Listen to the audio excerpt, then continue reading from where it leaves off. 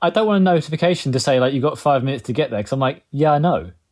Like, if I'm 5 minutes away from, like, the red line of emergency, I know about it pretty well. Yeah, but then you're kind of crowning. Yeah, but maybe you only think you've got 1 minute. I'm not saying maybe 5 minutes. And you know when you really need a wee, and then you're like, and you're just trying not to think of it. You're trying to think of anything else essentially, and like running water is the worst possible thing. If my phone then starts telling you need the toilet in the next 60 seconds, that's not really going to help me. That's creepy, right? Yeah, true. That is creepy. You've answered the question, and that's winning. I mean, I shouldn't share this on a podcast with lots of people, but hey, as a runner, that really just like it magnifies the needing the toilet process, and like you can go twice before you go for a good run and still be like desperate about an hour in. Well, here we go. This underwear, you basically tell the app, I'm going to do a marathon in 4 hours time, and it will be constantly monitoring you and will be able to tell you whether or not you can last the marathon. There you go. Brilliant. That's actually just helpful. But it's helpful because it's analysing if you need to pee or poop and then telling you all about it. You know what? I'm going to help you, John. This would be really good for caretakers of people who can't necessarily communicate whether or not they have to go to the bathroom. Very true. There is how you legitimize this, because like right now, like my sphincter, I'm pretty in tune with it, and I know when I gotta go, and I know if I gotta do the turtle scuffle to get to a place. But a caretaker, like that would be really helpful for a caretaker or people. Handshaker, that is beautiful. I try. But yes, that is how that makes sense for what you said, John. Caretaking. I'm gonna pitch this to Tim Cook. We're gonna get it working with HealthKit, and your physician will be updated with every single bowel movement. So when you go for your next checkup, they'll have a full log of your logs. The only final question I've got, John, about this, I don't want to spend too much time on this because it is weird, but you say it can analyse, but you said the pants, so the wearables are the pants themselves, the underwear. How do they analyse what's gone on? It's the same way that Pexy's wearable can apparently read your mind. All right, because I haven't gone yet.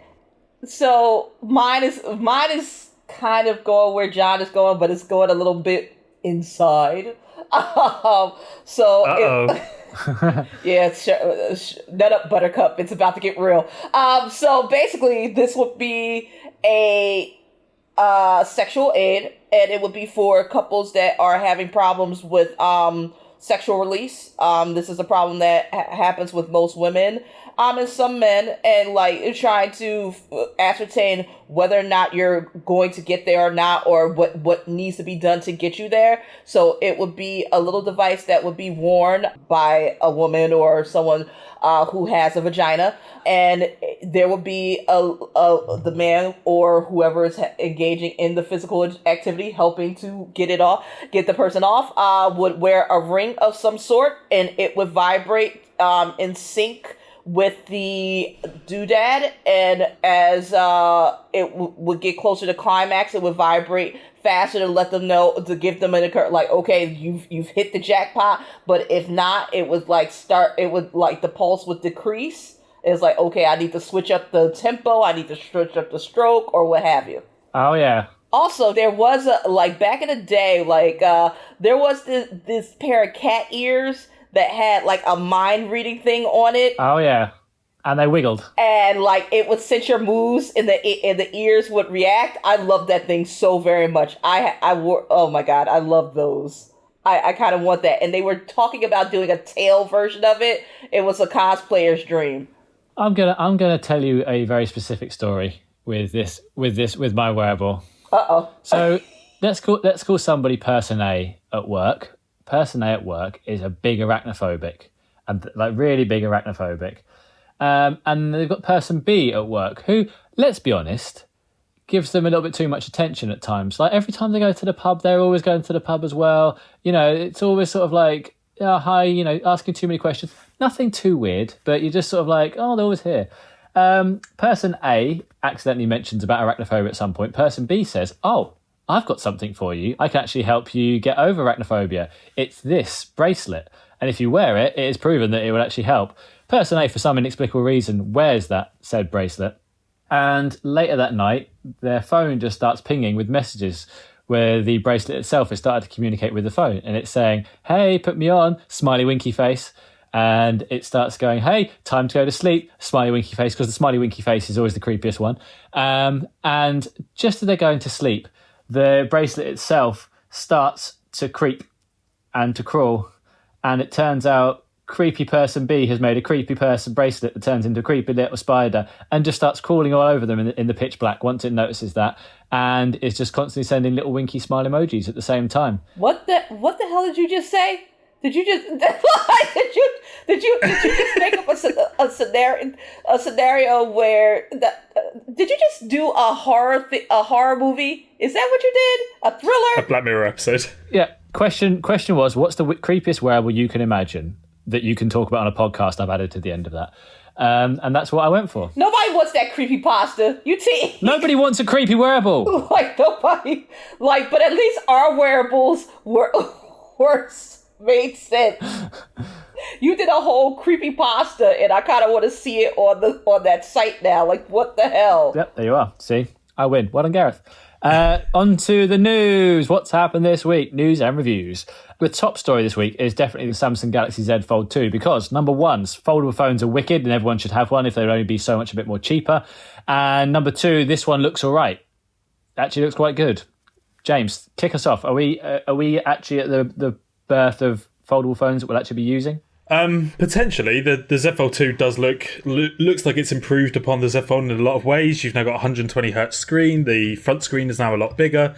They've improved on the hinge. There's a variety of different little improvements there, and the price is a little bit lower. We're talking about £100, or I think it's about $100 as well. It's not cheap yet, but this is making this a little bit cheaper, and it feels like this is the first foldable you should probably consider buying. Still, it's not in the price range of many people. It's still gonna potentially it's still not going to be useful for everyone either, in terms of the design hasn't remarkably changed in any way. But yeah, this feels like it is version 2, and it feels like this is the time that if you were looking at the Fold originally and you decided not to buy it, maybe have another look at this one. And we've obviously got one of the early hands-on with it. Abbas in the Middle East has managed to find some time to play with it. What were the key findings from him? Basically what I've said, really, to be honest, in terms of he enjoyed the larger front screen. Now you're only getting 256 gigabyte of storage. You got 512 gigabyte on the first generation one, and there's no micro SD support. So that is a bit of an issue for some people if you're particularly a power user. But yeah, and the 120 hertz refresh rate on the screen, that's something he's really enjoyed as well. We should have a full review in the next week or so. Yay, that's cool. John, I know you do actually love a foldable phone. I do. I very much enjoy a foldable phone, and the Fold 2 absolutely feels more like a genuine device versus the original Fold, which looked and felt very sort of first gen, almost beta. It's there and we've got it working, but not quite as polished as maybe you'd expect, especially for something which was setting you back around $2,000. Bigger front screen, slimmer bezels, slightly more refined design. That's all great. It looks much better. The bigger screen is even bigger as well. So really making the most of the ability to put a tablet display in your pocket as well. It's something that I'm really looking forward to trying out. For me, I've got a long commute, so being able to watch Netflix and Prime Video on a bigger screen really naturally without having to take an iPad out of my bag or open a laptop or something is so much easier. I've seen a lot of people use it in terms of business as well, when it comes to photo editing, when it comes to looking at spreadsheets or bigger documents on their phone. I've seen people really positively using the original Fold, and the Fold 2 is likely to be even better in that respect. It is slightly cheaper by about $100 as well than the original, which is good, but it's still extremely expensive. So for anyone other than those who have money lining their pockets, then it's really out of question price-wise for most of us. But for those who have it all and want something else to show off, it's great. But what this shows is the foldable design can be refined, it can be improved, it can be made more premium, it will hopefully, fingers crossed, be more durable as well. And that will just mean that down the line, the technology will come down lower price points. We already know that TCL is working on a more affordable foldable device, which was supposed to arrive this year. However, I'm wondering if that's now being delayed due to the global pandemic. But yeah, it's another positive step in the foldable phone saga, but it's still going to be a while before we're seeing 500 sort of price point devices. And Sherri, do you have any interest in foldable phones, or are they just nonsense to you? I can never tell which way you're going to go. In the spirit of loving big phones, I'm all about this. I do worry about the overall durability of said phones with the hinges and the creases, and it's a lot more moving parts than we're used to, and the wear and tear that an average smartphone gets. I worry about foldable phones. That's my only concern with it. But bigger, I'm never going to say no to a bigger screen. And which would you be? Is it the Galaxy Fold 2 that you care about the most, or are you like the Huawei Mate X, which hopefully a lot of our listeners have understood, which is the one that doesn't fold out like a book, that sort of folds back round from the back, basically. So you look at the front screen, it just folds from the back to make it bigger, rather than being a screen on the front and then you open it to an inside screen with the Fold 2 version. If I have to choose from those, I'll go with the Fold 2. I was actually pretty fond of LG's take on dual screens, the Think Q, because you could actually detach and attach the phone, and you would just get a second display when you wanted it, and when you didn't, you just leave it where it was. No, it was so annoying. It's such a bad anything. It's like, the Surface Duo as well. It's like, anything that gets in the way of just a full, beautiful fold experience, to me, is just not okay. Yes. I get that, but again, back to that durability piece. Just look after it. Listen, I have a phone. My Note 8 is 3 years old. It's only got some scratches on it. I can't say the same for everyone. People are just clumsy, and people like to do things like put phones in their back pockets and then sit on them. People are terrible to their phones. Wait, you can do that now, right? I thought that was fine after the whole bending iPhone 6, whichever one, 6 Plus. People can do that now because everyone made their phones rigid. Yeah, don't do it. Definite. People are just horrible to their phones, and when you're talking about the money that you have to spend right now for foldables, I like, that's why I like the LG. It's like, nah, like I'll have a dual screen when I want one. When I don't, I'll put it away. Fine. Okay. Well, in terms of being thrifty and making sure you look after stuff, we have got, around the world, people are heading back to school right now. They're looking to find a way to improve their experience. Whether we should be going back to school right now is a very hot topic, and we'll leave that for another podcast. But if you are, you need bits and pieces to help you do so. And Sherri, you've been doing some advice for helping people find the right laptop, right? Given the fact you are editor of Laptop Mag, you should know your shit. Yeah, I mean, I like to think I do, but I also live life by the seat of my pants. But what I can tell people that are going back to school, whether they are actually doing in-person lessons or doing remote learning, you need to choose the right laptop. Some things to consider. Don't go for the most expensive deal, especially if you're shopping for a kid that's under 10, actually under 15. I wouldn't spend more than $500 on that. And if the younger the kid is, the less I'm going to spend. Durability is a huge thing. Kids are clumsy. Kids will spill. Kids will drop. Like, that laptop will go through hell. You want to make sure that it can at least last a school year or two. And with that said, think about the future. Don't cheap out on the Core i3 or the Ryzen 3 or the Intel Celeron.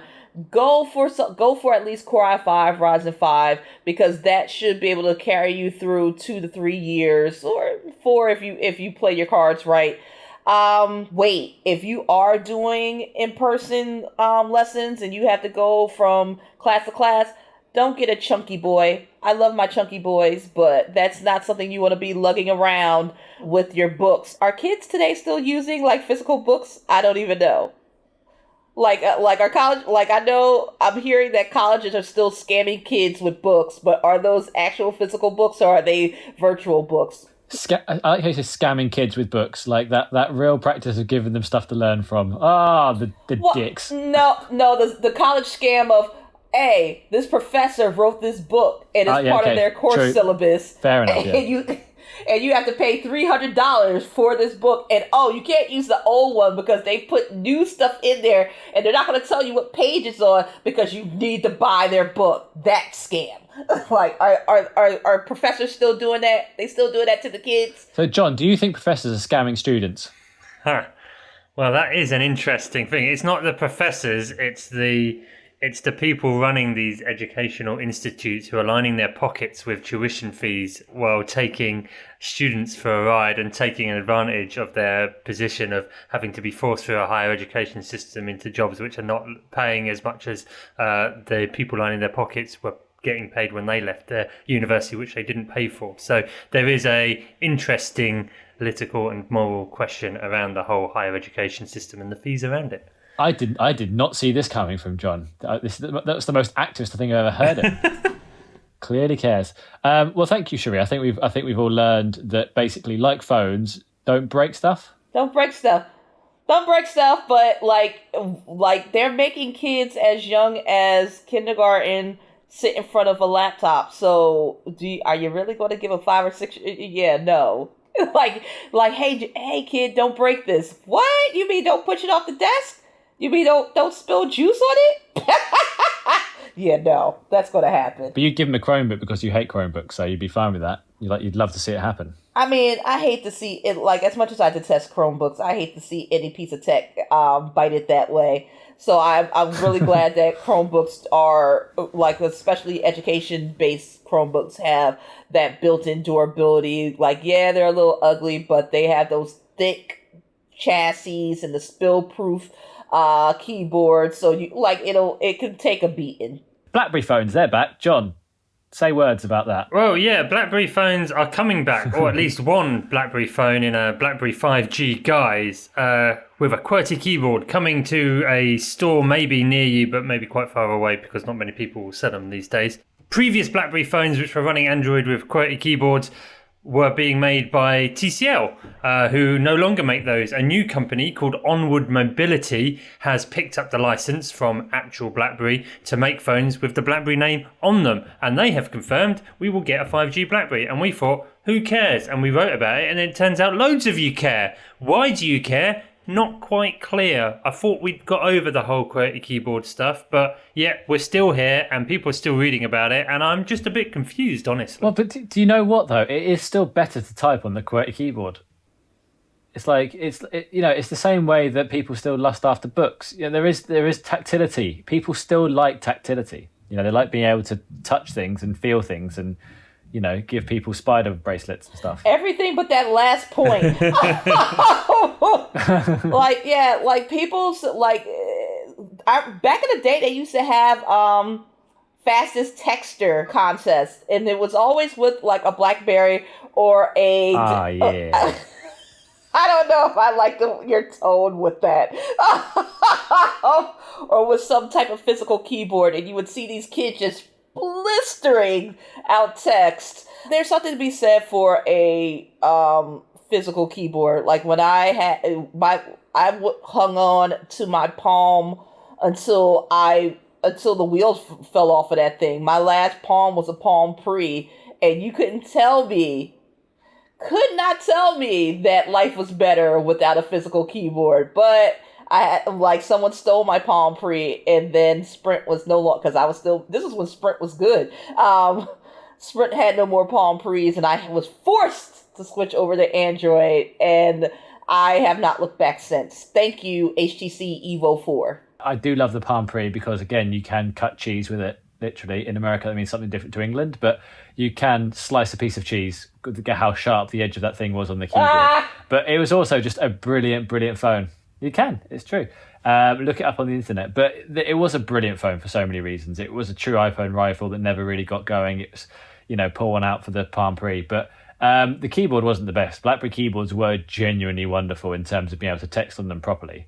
You could do fastest texting when it came to, say, a Nokia phone with, the predictive text and all that kind of stuff. But Blackberry phones, you could really rattle up a good few, words per minute. And I think people do miss that still. I guess my biggest worry here is that people are going to get excited about it and then it goes away pretty quickly. TCL really tried with the BlackBerry brand, and it gave a host of devices, some with keyboards, some without keyboards, but it obviously struggled to make them a success, or the need out there, the fans who are remaining are passionate, but they're quite small, which will make it difficult to sustain a business around this thing. So part of my worry is people are going to get excited about it coming back, and then within a year, 18 months, maybe it goes away again if not enough people actually follow through and buy. Right, before we move on to the news blast, where we're going to have Sherri trying to pick herself up the league table, we do have to talk about the thing we talked about at the top of the show, which was the Amazon Halo.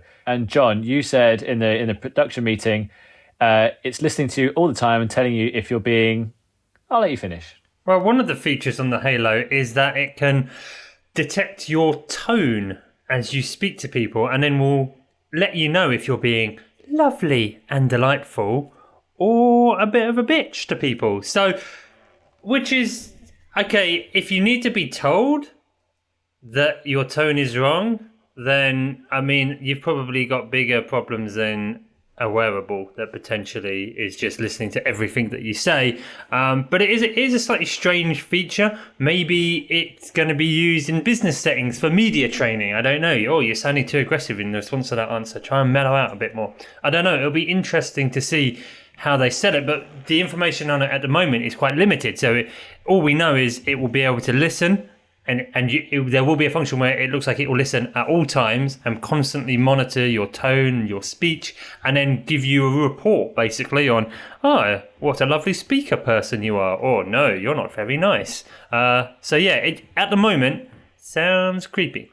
I think I don't like to be too apologist for big brands, because I think they've got enough positivity flowing their way. But it is important to say with the Halo that it's something that you can turn off, and also that all the stuff is not actually recorded anywhere.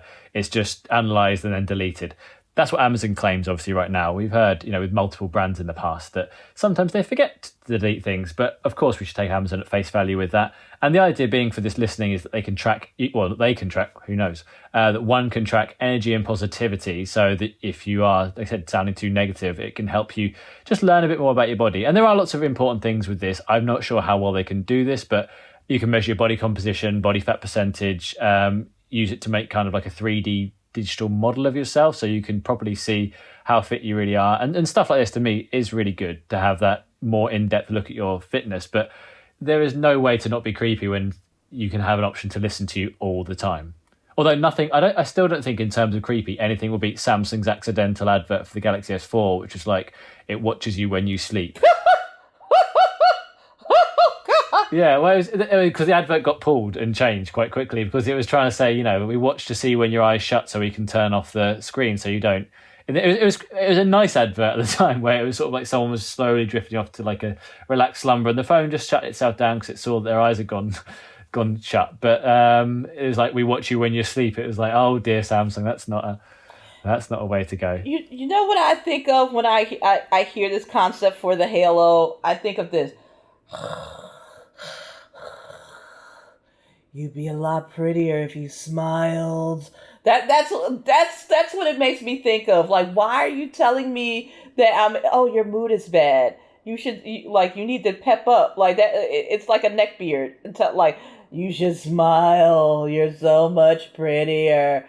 Also, this is how we end up with equilibrium, where we're all taking the emotionalist pills because there's too much emotion in the world. I don't need all of that. Mind your business, Amazon. I feel like when you said it like that, with the kind of way that you smile more, it made me think of my spider wrist bracelet again. I'm like, it's a bit too close. I don't like it. Yes, that's exactly how creepy this is. Well, if you are interested in this, and to be fair, you should check it out. There are more features to it than just, like I said, listening to you all the time. But you do have to pay for it, so it's $399 per month, because it's only available in the US right now, and it is a trial. And it is important to look at this as something that's just a trial device that may never come to full fruition. We've seen Amazon do this with a few things in the past. There was the Ring as well. Sometimes everything doesn't actually make it into the real world because people don't want it. Let's be honest, this is possibly one of those things, but who knows? Maybe everyone will want to have full body tracking, 3D scanning, monitoring. Are you listening to me all the time? Hey. Right, so as we come to the time where we feel like we could take a lovely break, we shall do that. But then after that, we're coming back to find out if Sherri can make it through the news blast with more than 4. Come back after this. Don't get your hopes up. And we are back. Sherri, how you feeling? We'll see how we're going to do. Because this is the news blast. For those irregular listeners, there's such a thing. You may not know what this is, but it's a game that we play where, while we do talk about the really cool and exciting things in the tech world, there's a lot going on. It's a whole week that we goes past when we don't speak to you, our lovely listeners. So we try and get as much information to you in a minute as we can do. So right now I'm going to set the timer, and Sherri's got to try and tell us as many news stories in a minute, and they have to be fully well explained. So Sherri, are you ready? Let's do this thing. 3, 2, 1, go. Ratchet & Clank developers are really excited about the PS5 because it is bringing spatial audio and SSDs to the mix. The OnePlus 8 has been spotted at the Android 11 developer show, and it has a little bit of tweaks, nothing really to get excited about, but new OnePlus. Walmart is revealing a new membership program called Walmart Prime. It is going after Amazon Prime. That will be launching sometime in September. iPhone stuff, stuff, so pads, phones, 12, AirPods Studio, all that has been confirmed in a Bloomberg report. It will be coming very, very soon. The LG Wing, it finally gets a release date. So it gets a reveal date. We're going to see it 9/14, and we're going to learn more about this weird phone. The Apple Watch 6 gets a bunch of patents, including Touch ID, gesture control, and a few other cool things. NVIDIA RTX 3000. Stop. I made it. I beat my best. You did beat. What do you think you got?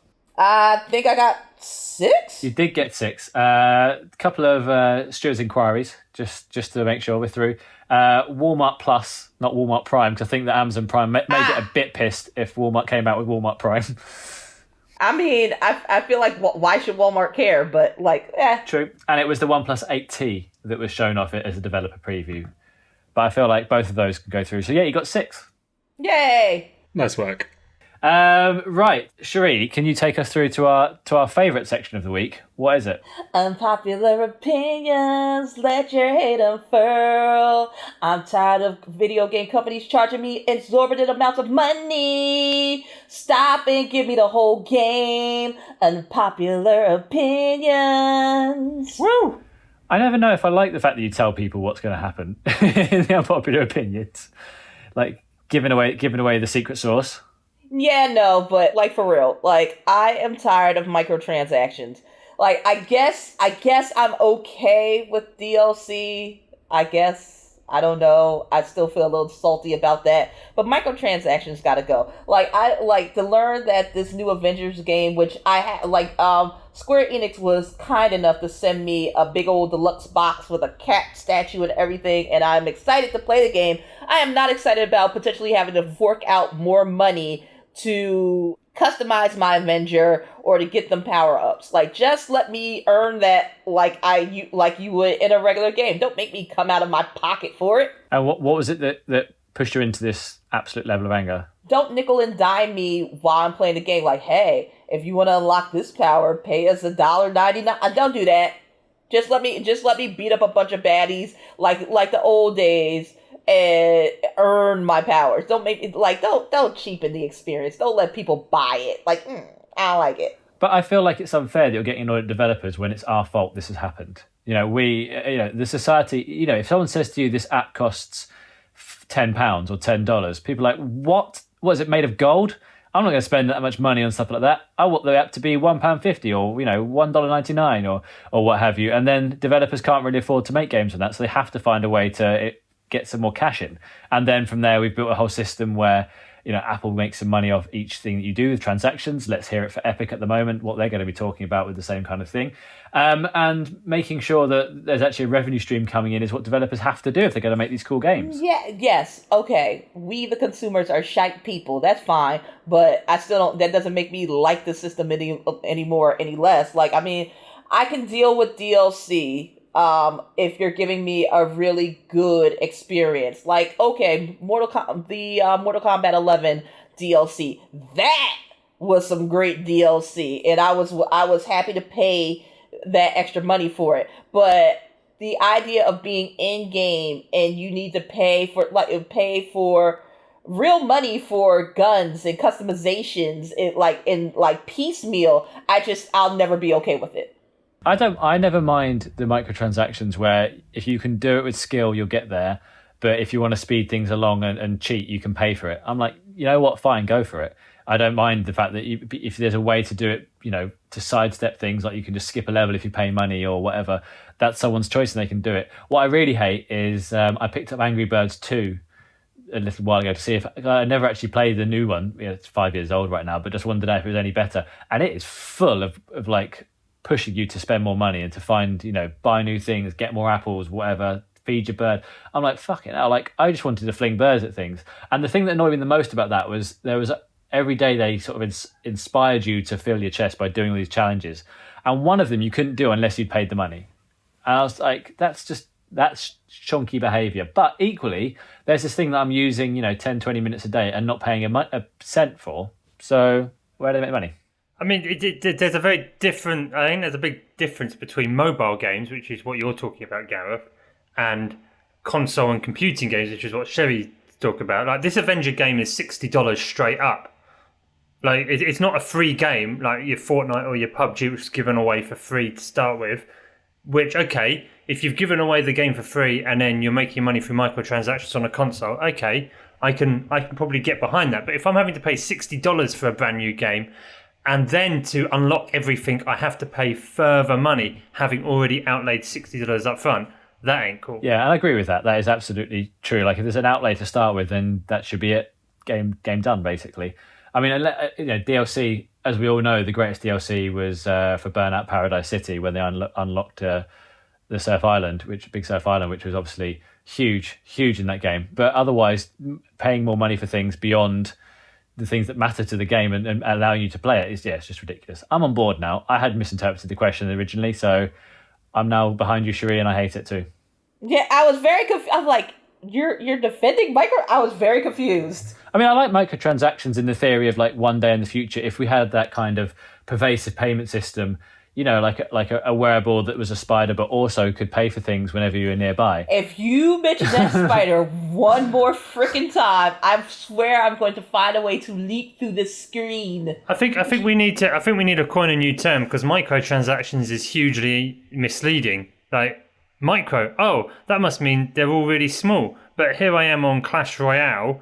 And here's a microtransaction for £49. It's just like, here's a microtransaction for £100. It's just like, there's nothing micro about that transaction. That's £100. Like, I could buy 2 console games for that. Like, what do you get for £100? Some gems, 14,000 gems. It just doesn't. I know, but it's just. That sounds good value. If the microtransaction, we need a cap. Like NFL, you've got salary caps for the players. In football in Europe, you've got some salary caps coming in. You need microtransaction caps. Apps and games shouldn't be going, you can buy this for £100. Where has the scale of worth gone? Like, it's gone a bit wild. And with so many of these games aimed towards teens and children, it is getting increasingly unfair as well. So, yeah. Microtransactions, bad. Big transactions, big, scary, creepy transactions, they should be called. Well, what about, finally on this point, what about subscription services instead? So maybe you don't pay as much for the game up front, but you pay a subscription for as long as you want to do it and you get access to all the stuff on it. I'm glad you brought that up, because subscription services can go away as well. There's only one game I want to play on Apple Arcade, and I can't get it unless I subscribe to Apple Arcade. And I'm not paying £6 a month just to play one game. It's ridiculous. Let me buy Mini Motorways up front and I'll go away and play it. I do not want to pay monthly for... looking at Apple Arcade, there's only very few games that I'd actually want to play. So the subscription model is difficult. But when you want to like explore the world, find other games to play, like the idea being it's beautiful, there are no microtransactions. That cap's there for you, John. It is a microtransaction every month because I only want to play one of the games. Also reminded me as well, finally on this point, do you remember the I Am Rich app when the App Store first came out? Which was basically you could pay £1,000 or $1,000 to have this app that just literally showed you a picture of a gem. It was called I Am Rich, and it came out, like I said, when the App Store was first done. And literally all it said was, I am rich. That was it. I am rich, I deserve it, I am good, healthy and successful. And deserve was spelled DESERV. And the application was described as a work of art with no hidden function at all, with the only purpose to show other people they're able to afford it. 8 people bought it, at least one of whom claimed to do it earnestly. At least they're upfront about it. Yeah, well, that's the thing. It's brilliant. So 8 people bought it. The developer got $5,600, and Apple got $2,400. But the developers say he did refund 2 purchases, and he was happy not to have dissatisfied customers. So I think that's the ultimate microtransaction, because you don't get anything for it, and it's well expensive. He would have made a lot more money if it was just $100. Maybe. I don't know, but surely it's an exorbitant thing. I think you made more money if it made it $10,000. Maybe, yeah. Yeah, just one person would have made it more money. Yeah, exactly. There you go. Right, I think that's all the time we've got now, because we have busy lives. Let's be honest, very busy lives. So thank you, everybody, for a lovely podcast again. Sherri, have you enjoyed it? As always, yes. Right, Pexy, have you enjoyed yourself? I have. John, how about you? I've had a good time, but, there were some somber points in that, universities taking people for a ride, microtransactions being big, ugly, creepy transactions. But apart from that, it's been great. Sherri, how can people contact you as ever? You can find me on Twitter and Instagram at MissSmith11. That is MISS Smith 11. And of course, check out Laptop Mag on Twitter and Facebook, and Laptop in the past, Laptop now, Laptop forever. And we're always looking for people to pitch. So pitch us and just read and get ready for the flow of notebooks that are coming. There's 150 coming, and we're going to be there for every single release. Are you actually going to review 150 notebooks? We review at least 150 laptops a year. Okay, but not in the next 3 weeks. Not in the next 3 weeks, but we're going to be laptop coming, you're going to see Laptop Mag. Pexy, how many phones are you pledging to review in the next year? Oh, in the next year? At least 5. At least 5. Probably not 150. Garrett's face, though. I'm setting my targets high this year, at least 5. I'm at James RWP on Twitter. And what does that stand for? My name. Really wealthy person. I feel like the listeners deserve a behind the scenes look. Maybe when we get to a year of doing these podcasts. And John, how about you? You can hit me on Twitter at JJ McCann, and you can hit me on Instagram, John BM McCann, if you like looking at cars that I'm driving. And I have been Gareth Beavis. I'm going to continue to do that. And I am SuperBeav on Twitter. Find me on there. And also at TechRadar for all your technology pleasure. We do all that stuff. We'll tell you about Amazon Halo. We'll tell you about the Remarkable 2 tablet, which we never got round to, but please read that review, because it's written by a man who an unflinchingly passionate love for a tablet that he describes as not very good in many ways, but still loves. So please read that if you can do. It's a lovely review. And do get in contact. We're available on Twitter. We're available, like I said, on Facebook, wherever you want to get in contact. We want to hear from you. So thank you very much for listening. This has been the Noise Cancelling Podcast. It's one of the Audio Boom originals. If you did enjoy it, please do like and subscribe. Please subscribe to the podcast on Spotify, Apple, wherever you get your pods. Give us a 5-star review on iTunes. 3-star review if you feel like it's been sort of middling. Just don't bother with a 1-star. And we'll speak to you again soon. Thanks very much. Goodbye. Bye. Bye.